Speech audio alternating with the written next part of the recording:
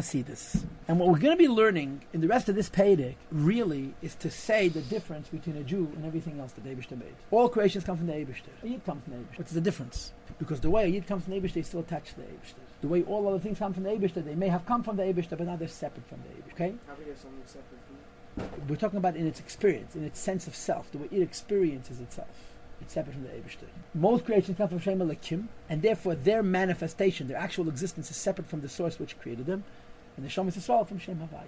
And specifically the Havaya has Yud Kei Vav Kei. And Yud Kei Vav Kei of course has two hays, which is the issue that we're discussing, the sin of the two hays, the misplacement of the two hays. And of course the Rebbe's point is going to be that the misplacement of the two hays are in us. The misplacement of the two hays are not in a lakus, in ourselves. There's a placement of the lower hay through Avedis and not doing mitzvahs, and the misplacement of higher hay for not being bepnimis bedvekes tolakus. Says the Rebbe, in order to explain this, says the Rebbe, we must preface api mashakos what says in the Torah, chelek havaya amev again that the Jewish people uniquely are a portion of Shem Havaya, uniquely, special. Chelek mishem Havaya baruch, they're specifically a portion of the divine name Havaya.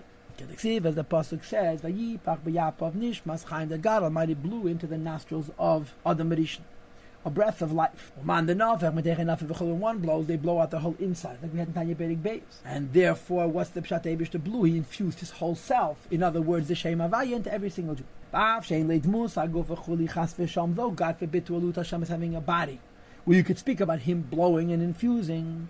But however, the Torah speaks the other in the language of man, and gives us an illustration, gives us a form, gives us a model to which we could relate. Just as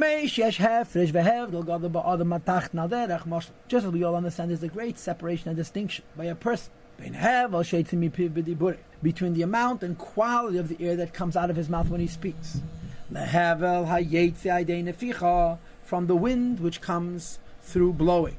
That naturally when one blows, there's a much greater infusion, a much greater push of chayas than when a person speaks. Like Alter Rebbe said in Tanya Perek Beis, when a person speaks, how much air is invested and exhaled, melubash bay is invested, revealed in that speech, keach v'chayas mi'at mezed, power and life, which is very, very small rate. It's only the periphery of the soul of life which is inside of himself. Right? Just like when a person talks, the amount of air is limited. When the Eibishter makes the world through speech, the creations have a limited amount of chayas. What comes forth in the power of blowing and the blower, enough when one blows, they blow out their insides. And this is revealed, power and a vitality that's deeper. From the soul of Chaya, from a much higher level. When people blow, they blow out their pnimius. In other words, when a person speaks, there's a very little air, and the air comes out of the person in a way that's separate from a person. When a person blows, there's an awful lot of air, and therefore it's connected to the person. Let's use this as an analogy on Heilig Abed Eibishter. Though we have to separate multitudes of times. There's an enormous and intense distinction, separation. All the heavenly hosts, even the malachim, their existence is from a non-existential form into an existential form to be separate from the Eibishter. Malachim also exist as separate from the Eibishter. V'chayim when they live, v'chayim when they exist, from the outer level of life and flow. Shemashpia ein sei baruch, the Eibishter flows. Lahachiyas ha'elam is to give life to the world. Right? And like it says in Chassidus, Malachim come from Machshava, but they come from Chitonius HaMachshava. And therefore when they come down to Dibur, it's Chitonius HaDibur. The Shomas all come from Machshava, but Pnimius HaMachshava. It's all of Machshava. And therefore the Dibur is also a Pnimius Dibur. So when it comes to Malachim, he says, this energy is called the wind of Hashem's mouth. As the Pasuk says, the air of Hashem's mouth is the creator of all the hosts. This is the level of life which is revealed by Asius in the words and letters and utterances of creation. Their vessels, and drawing down life, right? To create the world. These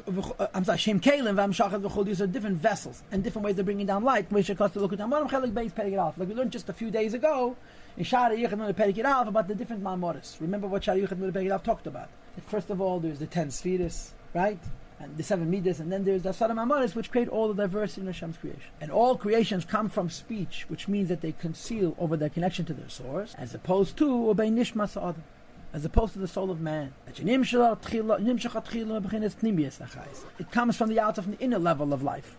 V'ashefa and flow, shamashpia ein seif baruch that the Ein Sof gives. Meshikos what the pasuk says, vayipach v'gemer, that Hashem blew and infused His pnimis.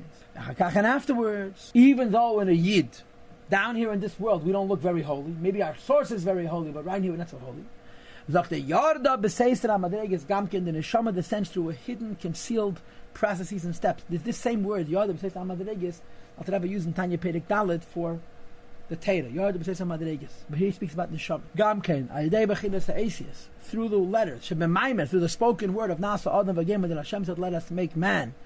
To reveal itself in the body of the physical person. So people also go through dibur, just like malachim go through dibur, which is a difference.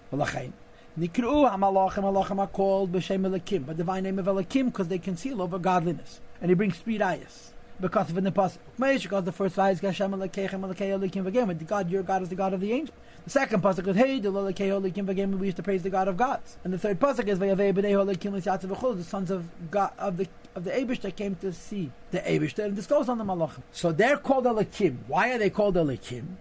The Fishianikas Chayusam, the way they nourish life, he mebechinas chitzenius, is from an outer level of Elokos.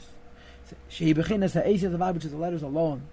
Okay, and this means that in machshava gufa the chitzenius and so on. V'shem Elokim u'bechinas chitzenius the B'shem Havaya Baruch Hu. Hashem's name Elokim is peripheral and outside compared to the Eibush's name Havaya. Aval nishma sa'adam, as opposed to the neshama of a person that also comes through speech, nasa adam. But still, the way he is down here, it's still shmi bechinas dimet achayis. He comes to the inner level of life, which is called in Kabbalah the pnimius hamachshava, and therefore his inyan is not deep, but his inyan is machshava. Yichelik shem Havaya Baruch. Shem Havaya, because the divine name Havaya Moira shows al pnimius achayis, on the inner dimension of life and light.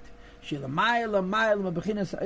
much, much higher than from the letters of the Eibish's name and the divine name Elokim. So what is he saying? All Nevroim come from Shem Elokim, and the Ikar creation is from the letters of Hashem's name, like Al said, the Shamas Yisrael, although they go through the same processes, their Ikar is Shem Havaya. So a Yid is different, that even in this world, even though he looks also that the godliness is concealed, he still continues to be a creation connected to Shem Havaya. And that's not enough. The Alter Rebbe is now going to go on to say that there's specific levels of Shem Havaya, and therefore every Jew has those specific levels in himself. Okay? Clear? Yeah,